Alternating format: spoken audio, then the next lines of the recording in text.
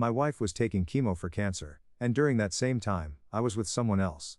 This is my confession. And maybe the biggest mistake of my life. And the notification popped up on my phone while Sarah was throwing up in the bathroom for the third time that morning.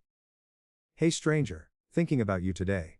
From Emma, my coworker who'd been, just a friend, for the past 6 months. I should have deleted it. Should have blocked her number. Should have done literally anything except what I did.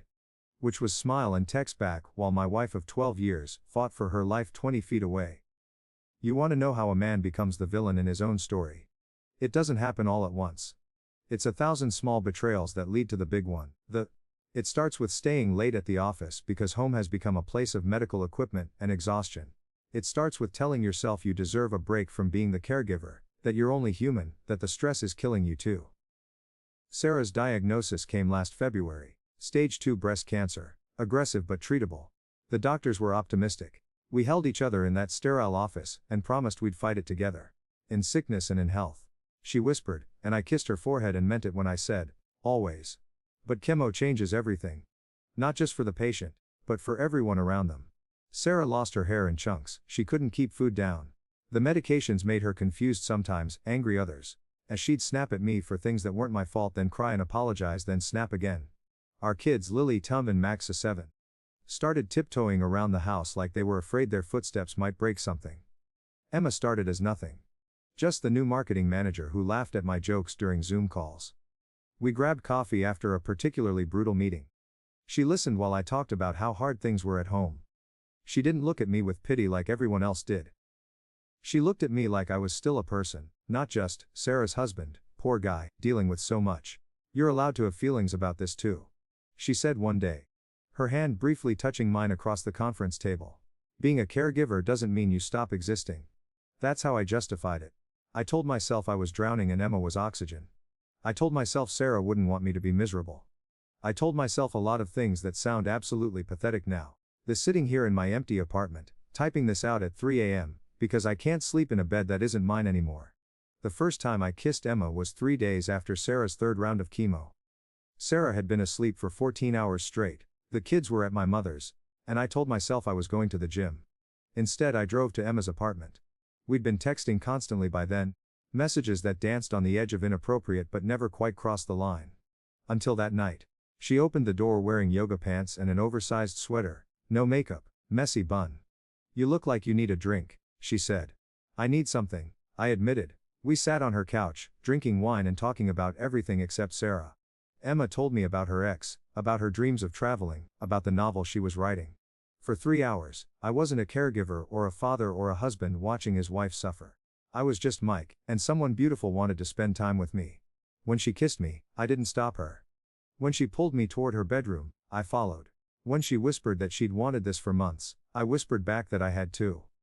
I drove home at midnight, slipping into bed next to Sarah, who was too exhausted from treatment to notice I'd been gone. She curled into me in her sleep, her thin frame feeling so fragile against mine.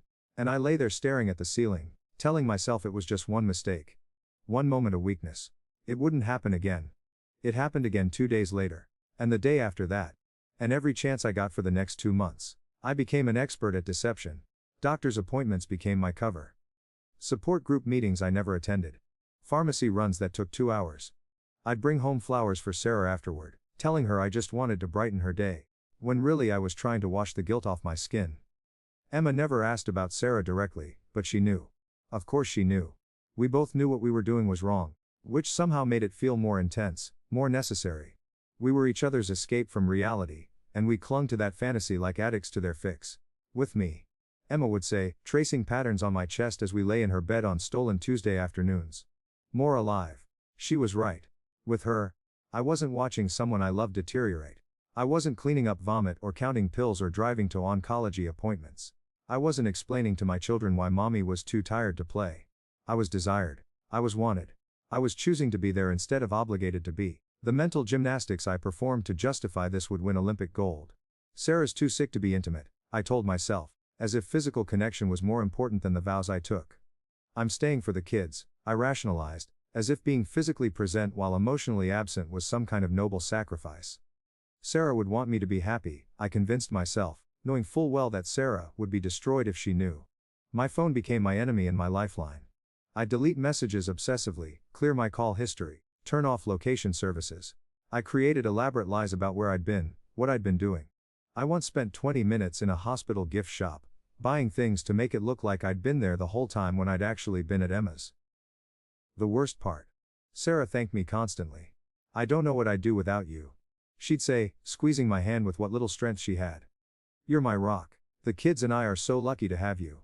At each word was a knife twisting in my chest, but not enough to make me stop.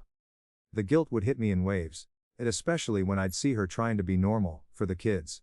Putting on makeup to cover how pale she'd become, forcing herself to sit at the dinner table, even when the smell of food made her nauseous. But then Emma would text, or Sarah would have a particularly bad day, and I'd run right back to my escape. Our son Max started acting out at school. The counselor said it was normal, kids processing trauma. He'd drawn a picture of our family where Sarah was lying down and I was standing far away from everyone else. "Where's Daddy going?" the counselor had asked. "Work," he'd answered. "Daddy's always going to work." Even that wasn't enough to stop me. The day everything fell apart started like any other day in my double life. Sarah had chemo at 9 a.m. Emma had a presentation at 11 that I promised to attend, and I was juggling both commitments like a sociopathic circus performer. I dropped Sarah off at the cancer center with her sister Claire, who'd flown in from Portland to help. "You sure you don't want me to stay?" I asked, already knowing the answer I wanted to hear. "Go to work," Sarah said, managing a weak smile. "Claire's here, and you've missed so much already." "Your boss must be getting frustrated." My boss had actually been incredibly understanding about my situation. What he didn't know was that I was about to sit in a conference room and watch Emma present quarterly projections, while remembering what she lived ashore that morning. The presentation went well. Emma commanded the room, confident and brilliant, occasionally catching my eye with looks that were entirely inappropriate for a professional setting. Afterward, she suggested lunch to celebrate, which was our code for going back to her place. We were in her bed when my phone started exploding. 7 missed calls from Claire. A text that just said, "Cal Aminambu." Sarah had collapsed at the cancer center. Her white blood cell count had dropped dangerously low. They'd rushed her to the ICU. She was asking for me. I threw on my clothes while Emma watched from the bed, the sheet pulled up around her. "Is everything okay?" she asked. "Knew it wasn't. I have to go. Mike. I have to go."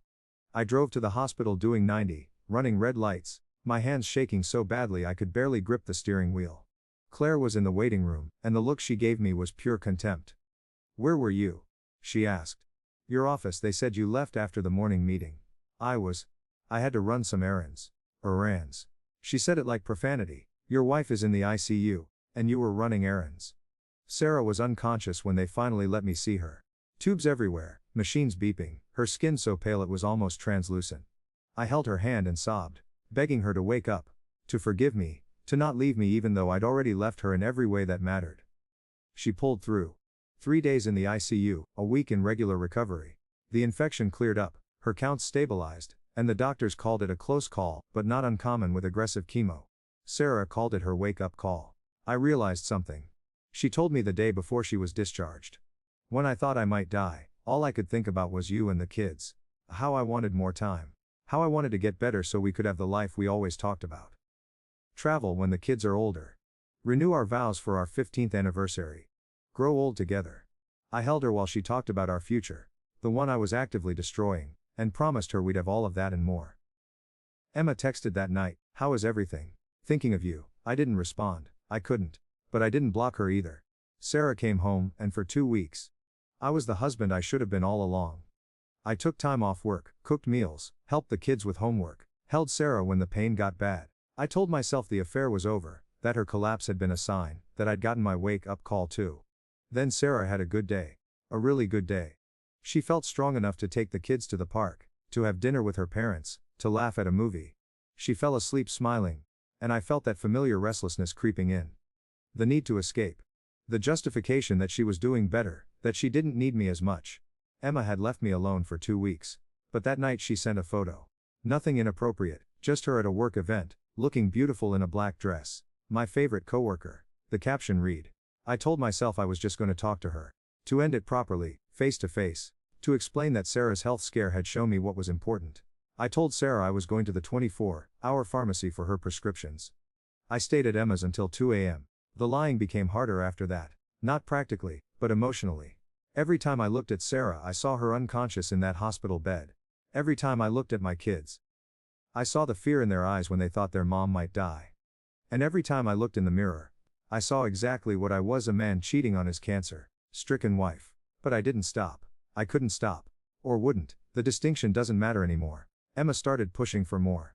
She wanted to go to dinner in public. She wanted weekend trips. She wanted me to leave Sarah. After she's better, she'd say. I'm not asking you to leave her while she's sick. But after, you deserve to be happy. I am happy. I'd lie. No, you're not. You're torn between two lives. Choose one. The pressure from both sides was crushing me. Sarah needed more help as the chemo accumulated in her system. The kids needed more attention as their anxiety worsened. Emma needed more commitment as our affair stretched into its 4th month. And I don't know what I needed. A time machine. A conscience. The strength to do the right thing, whatever that was.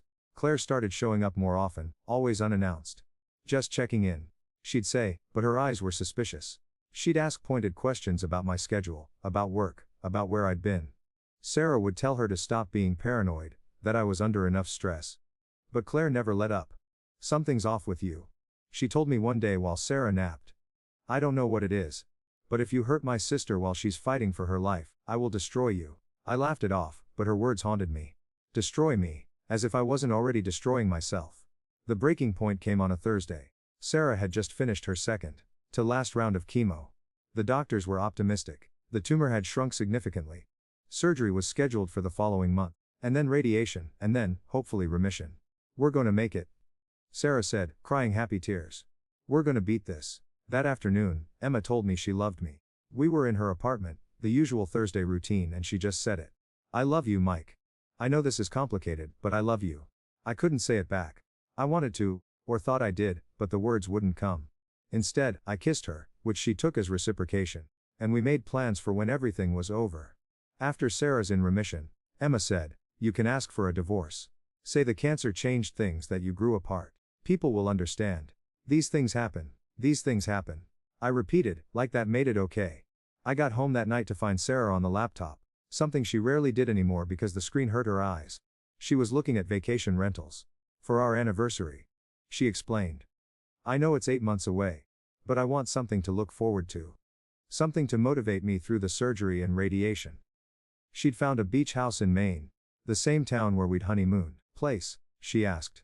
The one where you proposed we come back every year but we never did. I remember. Let's do it. Let's go back. Restart. Ever happened? None of this ever happened. If only. Sarah found out on a Tuesday. I'd gotten sloppy. Comfortable in my deception. I'd saved Emma's number under Dr. Peterson in my phone, but I forgot that our family iPad synced with my messages. Lily was doing homework on it when a message popped up. Can't wait to see you tomorrow. Wear that blue shirt I like. Dr. Peterson, my 10-year-old daughter, smart as her mother, knew that Dr. Peterson was Sarah's oncologist, and that he was a 60-year-old man who would never send a message like that. She brought the iPad to Sarah. I was in the shower when I heard Sarah scream, not a scared scream or a pain scream, but something primal, like an animal being torn apart. I ran out, towel wrapped around me, to find her on our bedroom floor with the iPad, scrolling through months of messages that I thought I'd deleted but were all there in the cloud. Sarah. Don't. Her voice was ice. Don't you dare say my name. Lily was standing in the doorway, tears streaming down her face. Daddy, why is Dr. Peterson saying those things? Sarah looked up at me with eyes I'd never seen before. 20 years together, and I'd never seen such hatred directed at me. Go to your room, baby, she told Lily. Daddy and I need to talk. What followed wasn't talking. It was Sarah reading every message out loud, her voice getting weaker with each one. Messages about how beautiful Emma was. How she understood me. How being with her made me feel alive. The plans we'd made. The lies I'd told. While I was throwing up from chemo. Please. While I was in the ICU you were with her. It's not what you think. ITZXATLYLUETITIKI. She threw the iPad at me.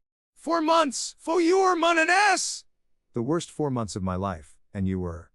She couldn't finish. She ran to the bathroom and vomited, and for once, I knew it wasn't from the chemo. Claire was there within an hour. Sarah had called her, sobbing so hard Claire thought someone had died. In a way, someone had. The man Sarah thought she married no longer existed, if he ever had. Pack a bag and get out, Claire said. If you're not gone in 10 minutes, I'm calling the police. This is my house too. Do you really want to do this right now? Do you want your children to watch the police remove their father? Because that's what's about to happen. I packed while listening to Sarah sob in our bedroom, Claire comforting her. As I walked down the stairs with my suitcase, Max came out of his room. Where are you going, Daddy? I have to go away for a while, buddy. Is it because Mommy's sick? No, it's complicated. Is Mommy going to die? No, buddy. Mommy's going to be fine. He looked at me with eyes too wise for 7 years old. Are you coming back? I couldn't answer him. I stayed in a hotel that first night, calling and texting Sarah hundreds of times. She never responded. Emma called too. Somehow having heard what happened. I didn't answer her either. I just sat on a scratchy hotel comforter and watched my life implode in real time through social media as word spread. Claire, it turned out, was a firm believer in public shaming. She made a Facebook post that didn't name me directly but said enough. Some men support their wives through cancer. Others use it as an excuse to cheat. You know who you are. It had 47 reactions within 3 hours. The comments were a massacre. People I'd known for years, friends, colleagues, neighbors, all expressing their disgust without even knowing the full story. Though really, what more did they need to know? Sarah filed for divorce 3 days later. Her lawyer, a friend from her book club, had the papers drawn up with remarkable speed. I was sitting in my hotel room when I was served, the process server looking at me with undisguised contempt. You Mike Harrison. Les, you've been served, have a blessed day. Blessed. Right. Emma wanted me to come stay with her, but I couldn't. Being with her now, without the secrecy and the danger and the escape from reality, felt hollow. She was just a woman I'd destroyed my life for. And looking at her reminded me of everything I'd lost. I thought you loved me, she said when I told her I needed space. So I was just... What? A distraction. I don't know what you were. I don't know what any of this was. She slapped me. I deserved it. Then she cried. And I held her. And we both knew it was over. You can't build happiness on someone else's heartbreak. It poisons everything it touches. The divorce proceedings were swift and brutal. Sarah got everything she asked for: the house, primary custody, alimony, child support. I didn't fight any of it. How could I? I sat in mediation while her lawyer listed my betrayals like evidence in a murder trial, which in a way it was. The murder of a marriage, a family, a future. Sarah had to attend one mediation session in person. She'd lost more weight, her skin gray despite attempts at makeup. She wouldn't look at me. Mrs. Harrison, the mediator asked, is there anything you'd like to say to Mr. Harrison before we conclude? Sarah finally looked at me. And for a moment, I saw the woman I'd fallen in love with in college, the one who'd said yes when I proposed on that beach in Maine. The one who'd held my hand through my father's death, and the birth of our children. I would have forgiven anything else. She said quietly. Financial problems, career failures, even falling out of love with me. But this, while I was fighting for my life. While our children were terrified of losing their mother. This is unforgivable. She was right. The kids struggle with the custody arrangement. Every other weekend and Wednesday dinners. Lily, old enough to understand what happened, barely speaks to me. She's angry and she has every right to be. Max is confused. Asking why Daddy can't come home. Why Mommy cries at night, why everything changed. Did you stop loving us? He asked during a particularly brutal Wednesday dinner at McDonald's. No, buddy. Never. I made a mistake, but I never stopped loving you. Mommy says you made a choice. 7 years old. And he already understands the difference between mistakes and choices better than I did. Sarah finished her treatment. The surgery was successful. Radiation went well. She's officially in remission, cancer-free. I found out through Claire's Facebook post, because Sarah doesn't tell me anything anymore. There was a photo of her ringing the bell at the cancer center, surrounded by friends and family. Our kids were there, smiling for the first time in months. I wasn't invited. Emma left the company a month after everything came out. Moved to Seattle for a fresh start. She sent me an email before she left, saying she hoped I found peace. I didn't respond. What would I say? Thanks for helping me destroy everything that mattered. I see Sarah sometimes, at drop-offs and pick-ups. She's getting stronger, her hair growing back, the color returning to her skin. She's dating someone now, a guy from her support group who actually supported his wife through her cancer until she passed. A good man, the kind who understands what one's sickness and in health means. He makes Mom smile, Lily told me, her tone accusatory. Like you used to. My apartment is a shrine to what I had: photos of the kids, their artwork on the fridge, toys scattered around for their visits. But it's not a home, it's a waiting room, a place I exist between seeing my children, between reminders of what I threw away. I go to therapy now. My therapist, an older woman who's seen it all, asked me in our first session what I hope to achieve. I want to understand why I did it. That's simple. She said. You were selfish. You were weak. You chose yourself over your family. The better question is, who do you want to be now? I'm still figuring that out. Last week was what would have been our 13th anniversary. Sarah posted a photo on Instagram, her and the kids at that beach in Maine, at the lobster place where I'd proposed we return every year. The caption read, "Making new memories." I sat in my empty apartment, looking at that photo, and realized this is my life now. Watching from the outside as my family moves on without me. Seeing my kids grow up in scheduled increments. Knowing that another man will walk Lily down the aisle. That another man will teach Max to shave. That another man will grow old with the woman I promised to love in sickness and in health. The affair lasted 4 months. The consequences will last forever. I think about Sarah a lot, especially at night when the apartment is quiet, and there's nothing to distract me from what I've become. I think about her courage, fighting cancer while I was too cowardly to fight my own selfish desires. I think about her grace, how she's never said a bad word about me to the kids despite having every reason to. I think about her strength, rebuilding a life from the ashes I created. Sometimes I drive by the house. Our house, the one where we brought both kids home from the hospital, where we hosted Christmas dinners and birthday parties, where we were supposed to grow old. There are new curtains in the windows. Someone else's car in the driveway. Life moving on. Emma texted me last month, just a simple, thinking of you. I deleted it, then I deleted her number. Then I sat in my car and cried for an hour, 'cause I realized I'd lost everything for someone who was just thinking of me. The worst part isn't the loneliness or the guilt or the public shame. It's the knowledge that my children will grow up knowing their father is the kind of man who betrays the people he claims to love when they need him most. They'll carry that wound forever. That understanding that love can be conditional. That promises can be broken. That the person who's supposed to protect you might be the one who hurts you most. Lily wrote an essay for school about heroes. Her teacher sent it to me, thinking I'd want to see it. It was about Sarah, about how her mom fought cancer and won, how she's the strongest person Lily knows. At the end, she wrote, "My mom says that cancer wasn't the hardest thing she's ever beaten. She won't tell me what was harder, but I think I know." She knows. My 10-year-old daughter knows that I was worse than cancer. Max still asks when I'm coming home. Every visit, every call. When Daddy? I tell him someday maybe, I don't know. But we both know the truth, even if he's too young to accept it. There is no coming home from this. Sarah sent me one message, 3 months after the divorce was finalized. It was late, probably after wine with Claire, and it said, "I would have taken care of you if you'd gotten sick. I would have stayed. I would have fought for you the way I thought you were fighting for me." I read it every night before bed. A benediction of my failures. A prayer to a God who doesn't forgive men like me. People ask if I regret it. Of course I regret it. But regret is too small a word for what I feel. Regret is for missed opportunities and minor mistakes. This is something else. This is waking up every day knowing you had everything and threw it away for nothing. This is your son asking why you can't come home, and having no answer that won't destroy his innocence. This is your daughter looking at you like you're a stranger wearing her father's face. So here's my advice.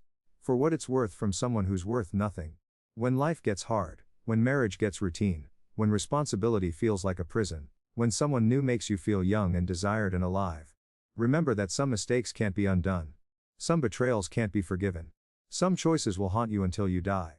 I'm typing this at 30:47 a.m. in an apartment that smells like microwave dinners and regret, while my family sleeps in a house I'll never enter again. A building a future I'll only see in photographs. I had a wife who loved me through the worst experience of her life. Children who trusted me to be their hero. A life that mattered. Now I have Wednesday dinners at McDonald's and every other weekend, if I'm lucky. The affair was 4 months. 4 months of lying, sneaking, betraying, choosing myself over them. 4 months to lose everything that took 13 years to build. Sarah beat cancer. She'll beat the memory of me too eventually. She's already started. The kids will grow up, maybe forgive me, probably not. They'll learn to live with a part-time father who became a full-time regret. And Emma, she's in Seattle, living her life. Probably telling people about the married man who said he'd leave his wife but didn't. Just another cliché in a world full of them. Me, I'm exactly where I deserve to be. Alone with my choices, my consequences, my spectacular failure as a husband, father and man. I told myself I was drowning and needed air. Turns out I was the water filling everyone else's lungs. Some sins you carry forever. This one's mine. And the sickest part. Sometimes, late at night, I catch myself thinking about those 4 months with Emma, and for a split second, I remember how alive it made me feel. Then I remember what feeling alive cost me. Everything and everyone that made life worth living. That's my confession. That's my warning, that's my story. I had it all, and I traded it for a feeling that was never even real. The don't be me. Because here's the truth nobody tells you about affairs: you don't just lose your family. You lose the right to ever call yourself a good person again.